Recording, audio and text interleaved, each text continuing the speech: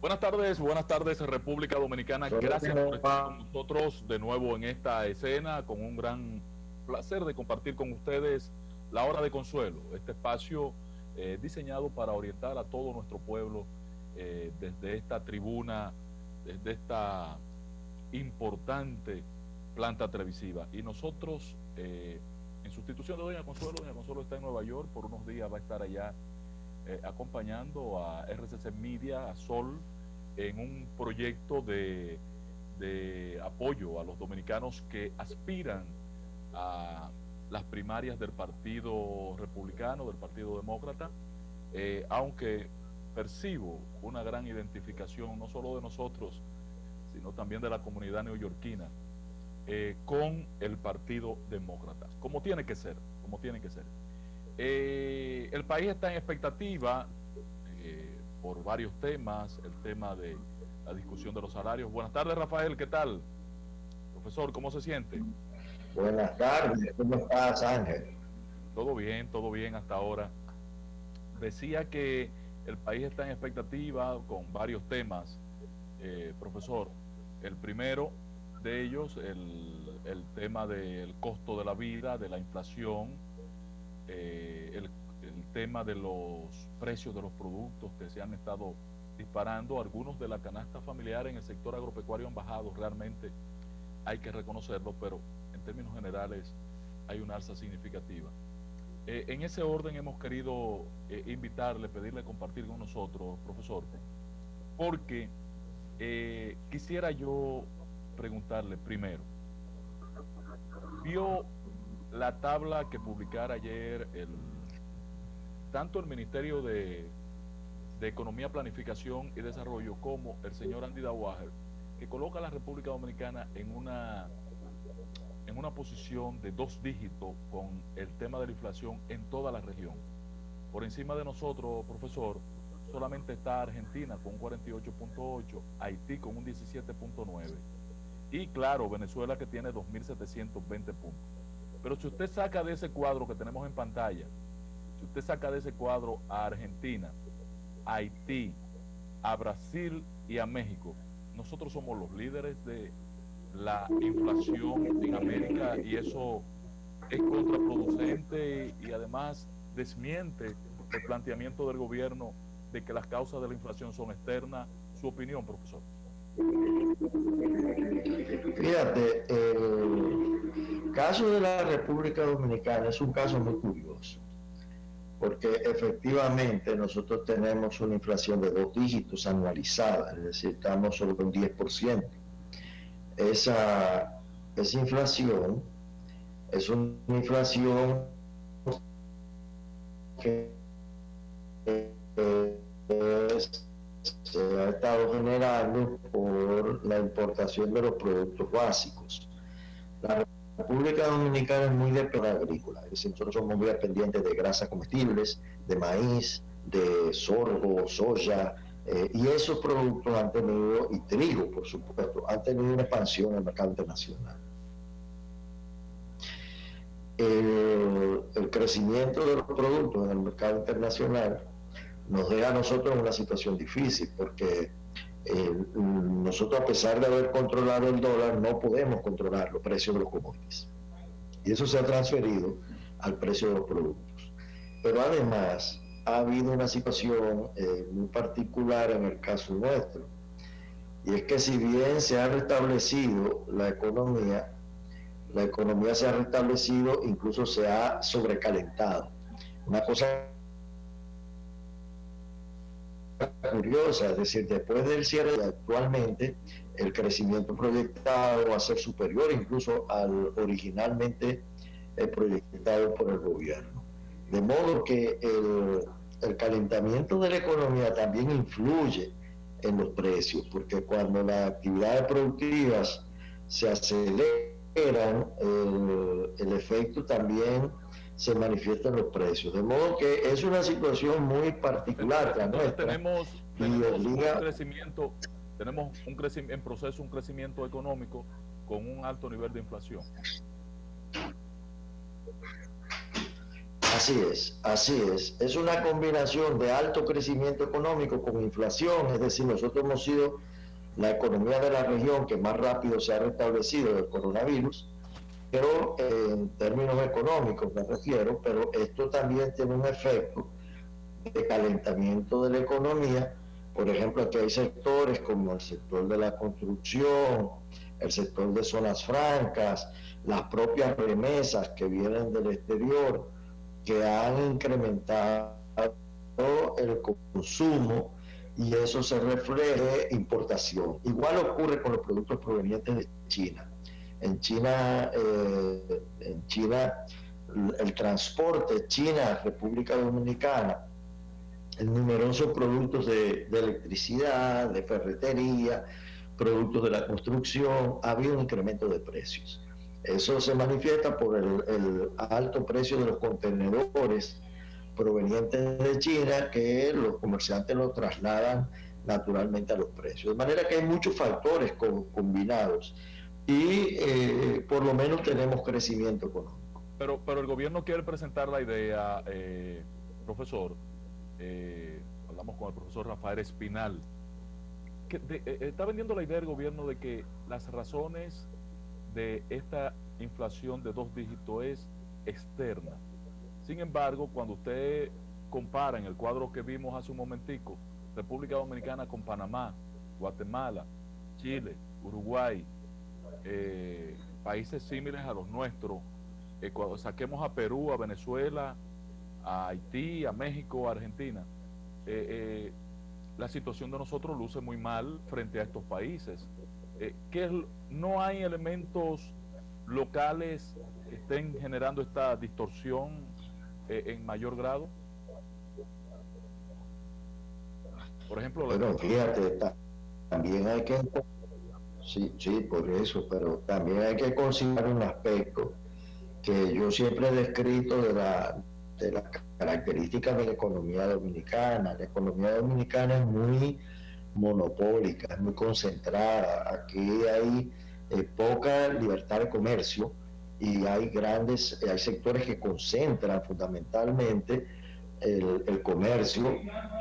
Por ejemplo, en el sector de la construcción, nosotros tenemos aquí monopolios en la construcción, claro, claramente definidos.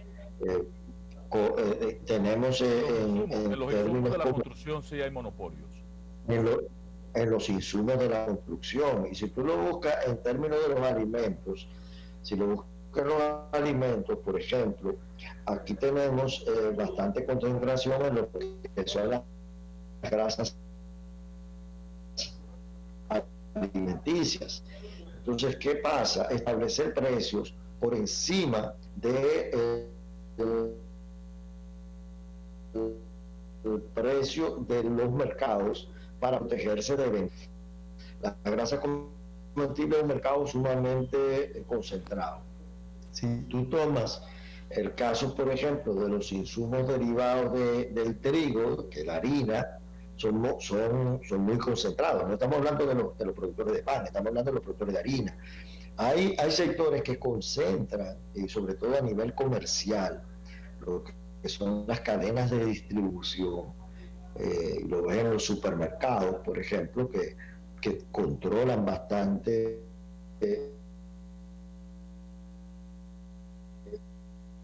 el mercado minorista. Eso hace que por razones de precio en los mercados internacionales, ellos el costo de producción actual previendo cambios en los mercados. Eso es un elemento muy propio de la dominicana. Ahora, hay otros países como Uruguay que son generadores de materias primas, el propio Brasil, donde la inflación lo golpea en los términos nuestros. Y reitero, también hay un calentamiento de la economía por la vía del consumo. Fíjense que las remesas provenientes del exterior se han incrementado y las remesas son una fuente de ingreso que aumenta el consumo. Ahora, profesor, ¿para qué serviría la reunión que planteó el presidente ayer con algunos factores de poder, sectores representativos de diferentes áreas? ¿Para qué serviría? Porque no me quedó claro excepto la magnífica intervención que espero usted haya visto de Manuel Estrella y de Manuel Corripio, ambos en una dirección. O sea, bajo ninguna circunstancia piden ellos al gobierno frenar con las medidas que se tomen para reducir el efecto de la inflación, evitar frenar ese crecimiento económico. ¿Cuál es el planteamiento suyo desde la academia? Mira, el planteamiento es que la mejor manera, los mercados son los que determinan los precios. No hay ninguna manera de que un gobierno pueda fijar precios. Los precios en economía deben ser el resultado de las presiones de la oferta y de la demanda. Naturalmente, eso implica que cuando hay mercados concentrados, pueden haber precios que generen un excedente al productor y un perjuicio al consumidor.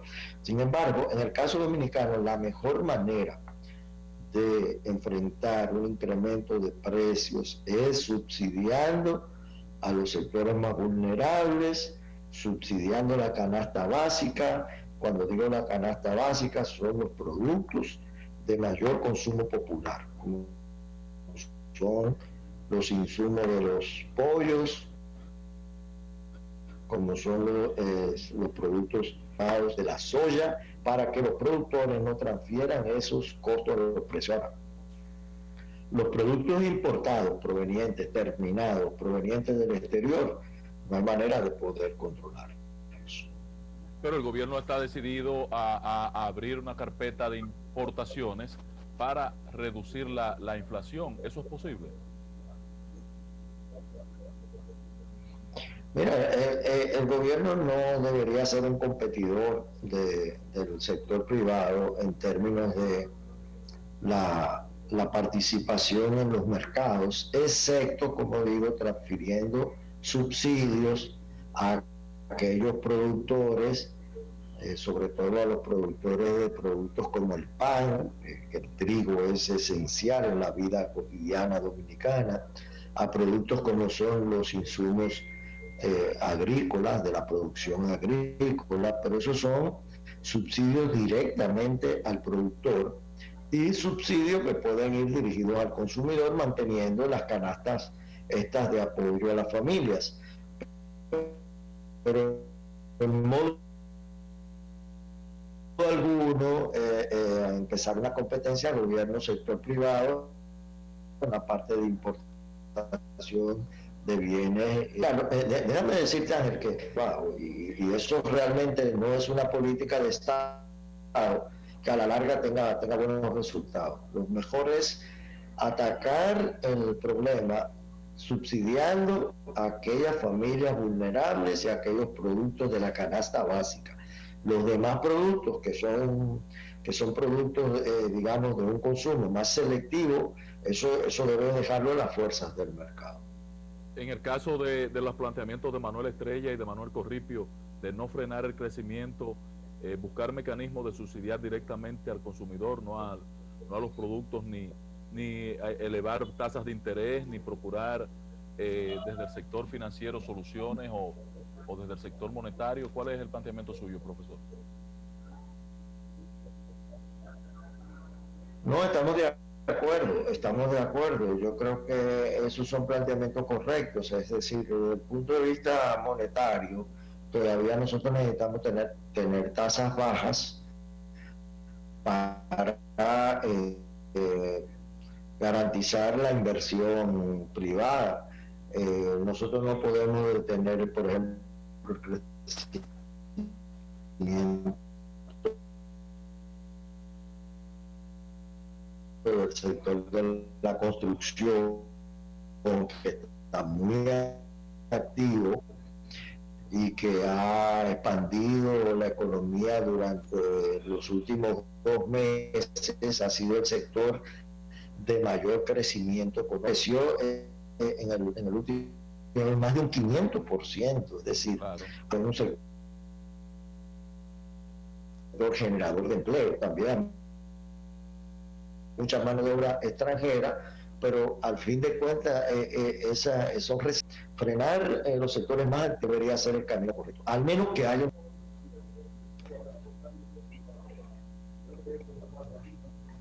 En el caso espinal de el decreto 396 que acaba de emitir el Poder Ejecutivo hace un par de días, procurando poner controles en el gasto,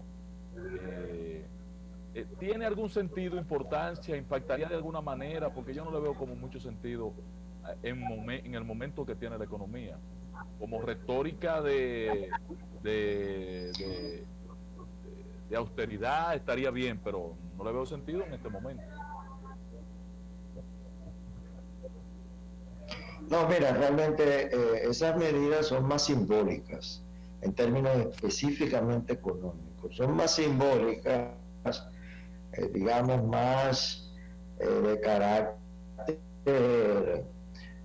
político y de carácter social, en el sentido de que en medio de una crisis no se vea un gobierno que gasta en viajes, que no se ve un gobierno que gasta en festividades, pero en impacto económico no tiene ninguno.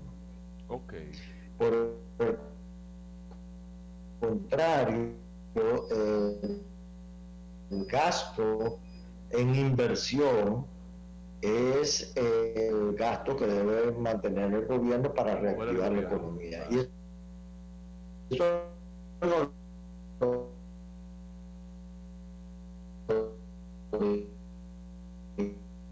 yo eso viene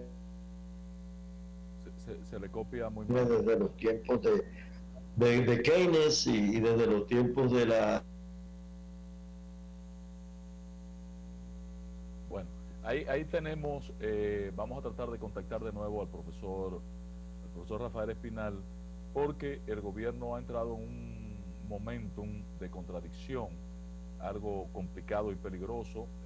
Se ha visto al presidente de la República y al ministro de la Presidencia, al primer ministro de la República Dominicana, la verdad que en una dicotomía, en una contradicción, a escasas horas uno del otro en la exposición pública, y la verdad que uno se siente preocupado cuando ve este tipo de situaciones, y me hubiese gustado conocer la opinión del profesor Espinal en este punto. ¿Hay condiciones para una reforma tributaria, para una reforma fiscal en medio de las circunstancias que vive el país? El presidente de la República en mayo pasado fue enfático en decir que no era el momento. Ayer lo reiteró a la 1 de la tarde con el ministro de la Presidencia sentado a su lado, que debió pararse e irse.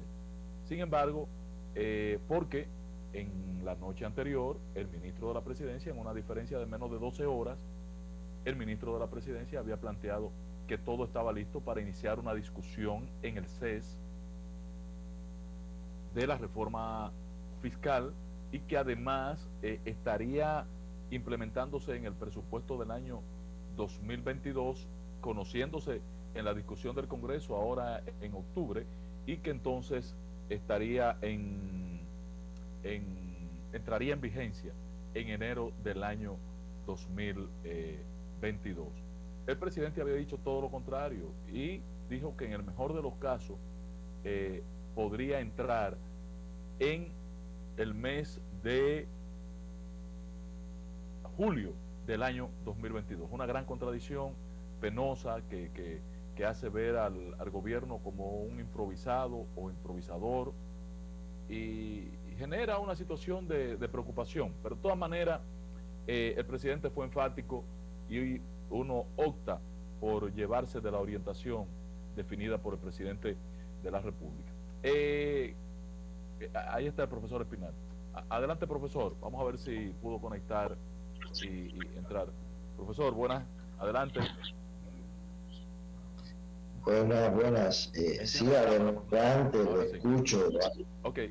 Sí, lo escucho, Ángel. Si hay condiciones, además de su opinión respecto a la contradicción que se manifiesta en el gobierno, no solamente entre el presidente y el ministro de la Presidencia, sino entre otros funcionarios, tesorero, ministro de Economía, con el tema de la reforma fiscal.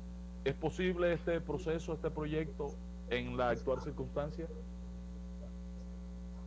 Bueno, yo creo que el presidente ha sido muy claro en el sentido de que cualquier reforma debe posponerse. De hecho, no comprendo digamos, el contrapunto ese entre el ministro de la Presidencia y el presidente de la República, porque obviamente ya antes incluso se había planteado que la reforma tenía que posponerse. Yo creo que el gobierno tiene espacio fiscal para el año 2022, que la reforma debería empezar a discutirse desde finales de este año para que en el 2022 ya pueda haber una definición para aplicar en el 2023. Fíjate, el presupuesto de este año tiene que terminarse antes de septiembre. Y antes de terminar el mes de julio, ya el gobierno debería tener el anteproyecto de presupuesto.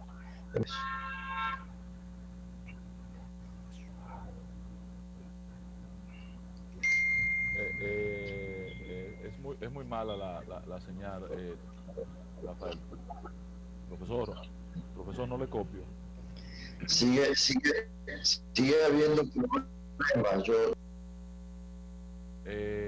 Bueno, Teófilo, vamos a agradecerle al profesor la participación. Ojalá y la próxima vez podamos tener una mejor comunicación con el profesor Rafael Espinal. Miren, señores, yo quisiera cambiar de tema, Teófilo, por favor. En el día de ayer vi con extrañeza una manifestación por parte de el connotado abogado, el tribuno de la República Dominicana, el señor Miguel Valerio, quien definió que estaba acudiendo al Ministerio Público, a la Procuraduría General de la República, ante el PETCA, para conocer cómo andaban las acciones de investigación en torno a la corrupción que él denunciara en nombre de la Corporación de Aeropuertos del Este, que administra el aeropuerto de Punta Cana, que esa organización ha denunciado que para la asignación de licencias y el permiso para el establecimiento, el decreto que permitía establecer un nuevo aeropuerto, esta vez en la zona de Bávaro, se había materializado corrupción en torno a esta serie de permisos, concesiones,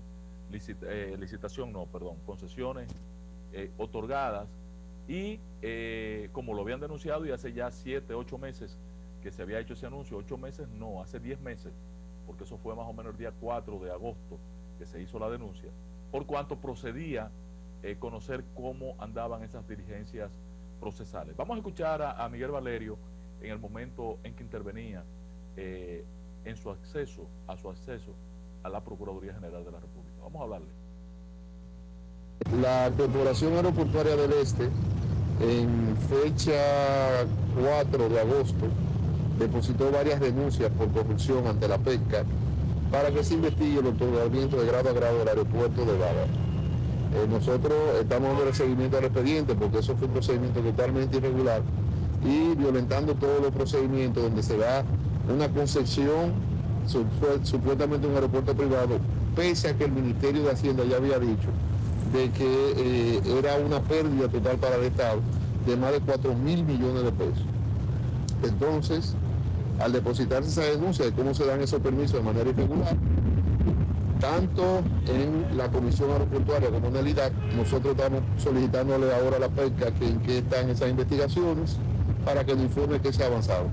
Bueno, agilizar el proceso, porque evidentemente sabemos que hay mucho trabajo en la PETCA, pero al final de cuentas, ese es un caso grave también que hay que investigar.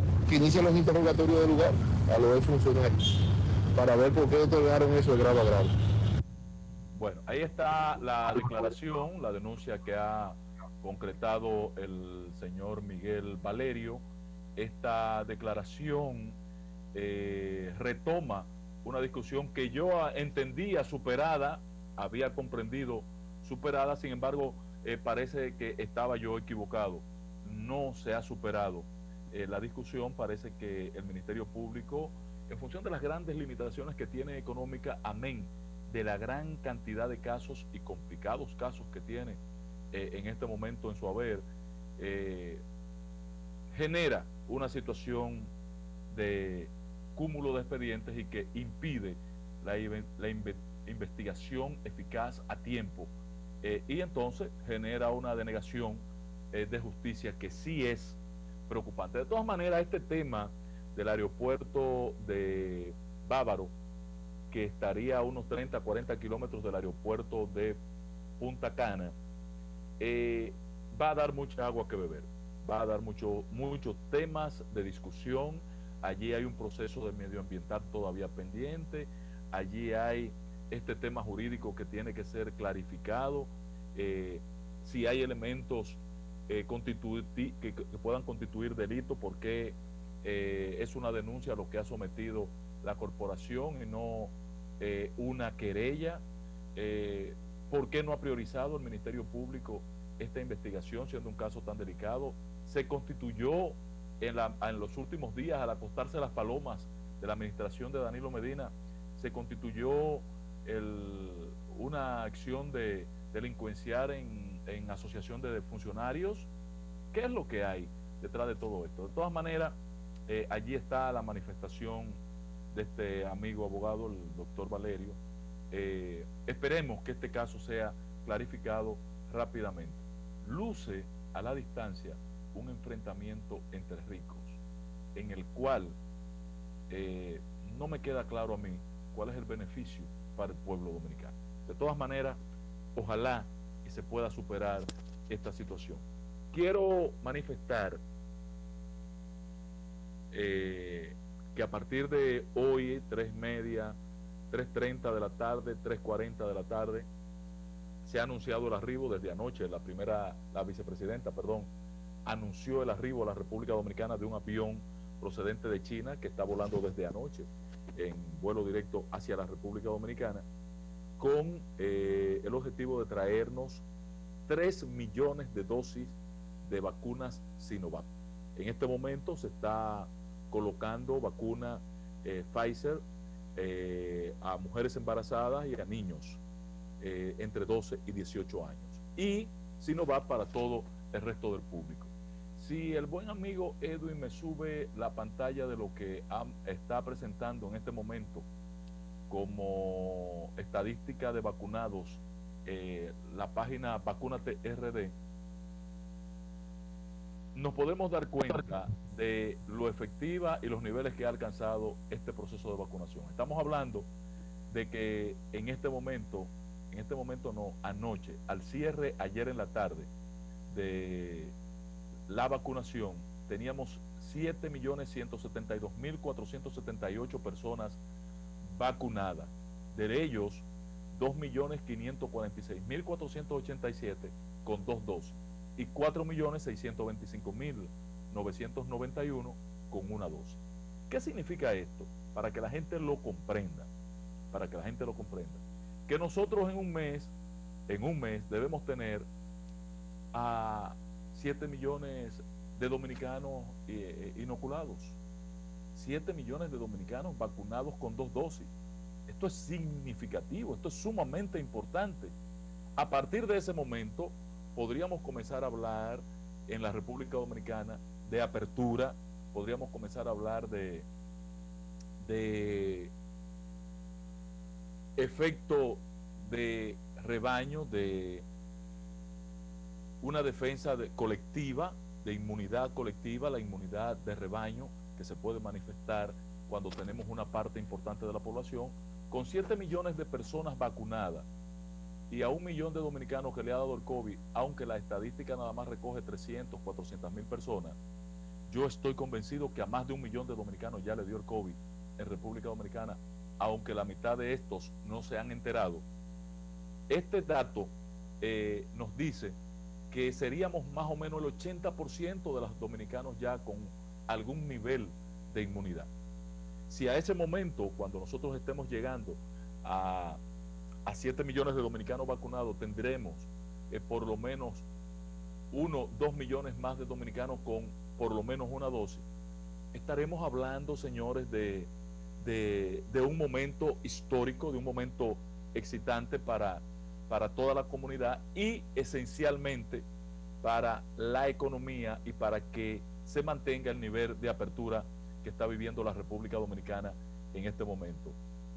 El presidente tiene que emitir hoy martes, o mañana miércoles en la mañana, un decreto. Ojalá y no lo esté emitiendo ahora, porque la vez anterior estábamos nosotros hablando aquí en este espacio, en el momento en que se emitió el decreto, para reducir, variar, modificar o mantener igual los límites de participación, de contacto social, de actividad social en la República Dominicana. Eso es reducir o ampliar, mantener igual el toque de queda, que actualmente es de lunes a domingo a las 6 de la tarde.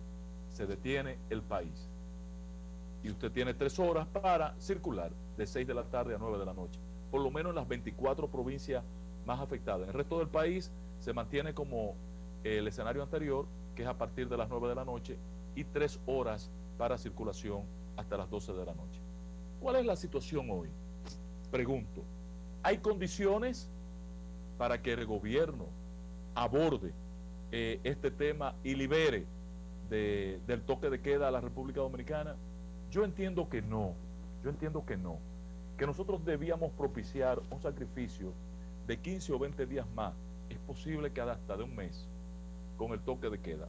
Pero la vigencia de este toque de queda, la vida de este toque de queda, no es de más de un mes. Ya esto se jodió, eso no puede continuar. Eso no tiene sentido, además. No tiene sentido. Primero, en función de la estadística que presenta el Ministerio de Salud Pública todos los días.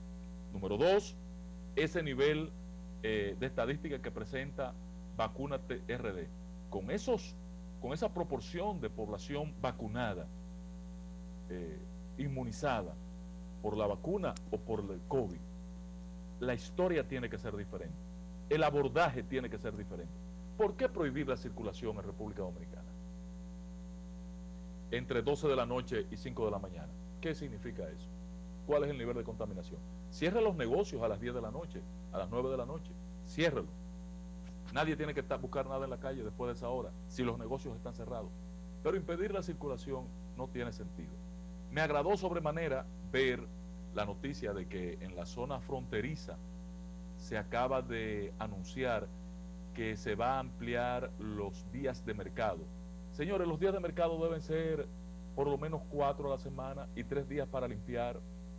Por lo menos 4, lunes y martes, jueves y viernes, para evitar esa aglomeración de personas. Igual, ojalá y construyan un mecanismo de acceso desde Haití directo al mercado sin tener que pasar por la puerta fronteriza.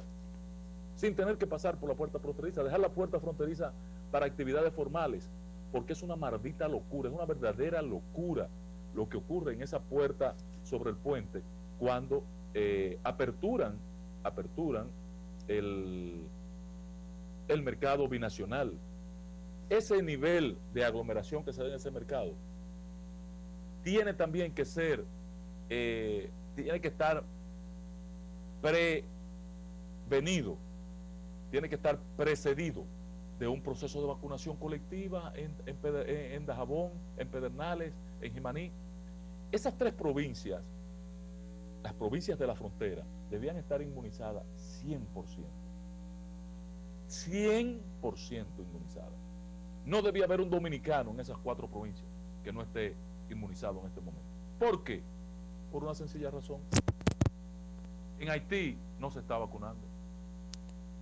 Entonces nosotros debemos generar una valla, un muro sanitario, una valla de contención para que esas posibles cepas que están circulando en Haití no ingresen a República Dominicana, no contagien a los dominicanos. Y si de alguna manera en el contacto comercial hay algún tipo de traspaso de la infección, simplemente con las medidas de mano limpia, jabón, mascarilla, limpieza, desinfección de los entornos, minimizar el efecto o la posibilidad de contagios procedentes de las cepas que están circulando en Haití. Si no lo entendemos así, estamos jodidos. Este proceso que ha desarrollado el gobierno va muy bien.